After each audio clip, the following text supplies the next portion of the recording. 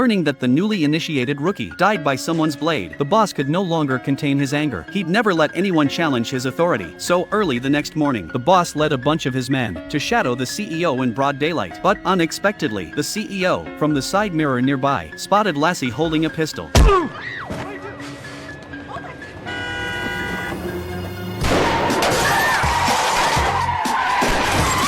In just a few seconds, the street became a gang shootout, even more deadly. Shrill sirens closed in from 3 directions, so CEO John, to run faster, threw his carry-on briefcase on the roadside, unaware this careless decision would cost him a heavy price. In the end, John was cornered by the gang in a parking lot, but he didn't give up escaping. Instead, he slammed the surrounding cars hard. Only such shrill alarms could mask his fleeing footsteps, so the gang split up to search. But this gave John a chance. After climbing to the top rooftop with his bare hands, he set off the alarm of his parked car there. As soon as the gang turned around, John's hunting moment officially began.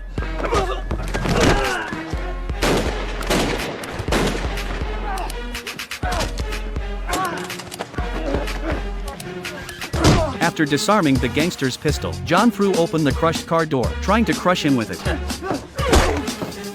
This enraged the ruthless gangster completely, but during the fierce fight, John accidentally hit the car's handbrake. By inertia, the car, on the sloping rooftop, started rolling backwards slowly. Behind it was a 100-foot deep abyss. If the car fell, both would surely be smashed to pieces. But in this critical moment, John tied the gangster's neck with the seatbelt. Unexpectedly, the gangster reached out to grab John's leg.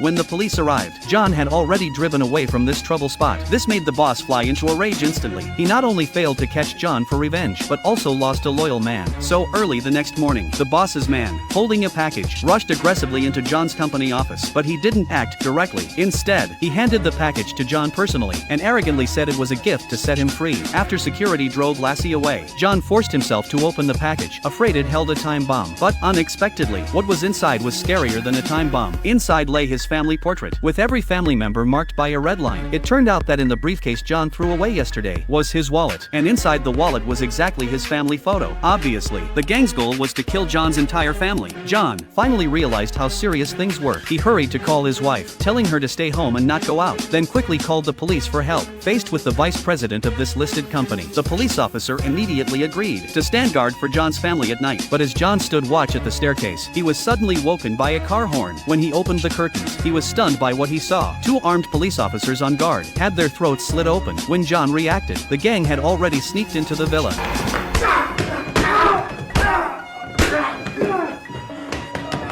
To protect his beloved wife and children, John had to take on all of them alone. But John seemed to underestimate the gang's strength. Each of them held a shotgun, firing wildly at John.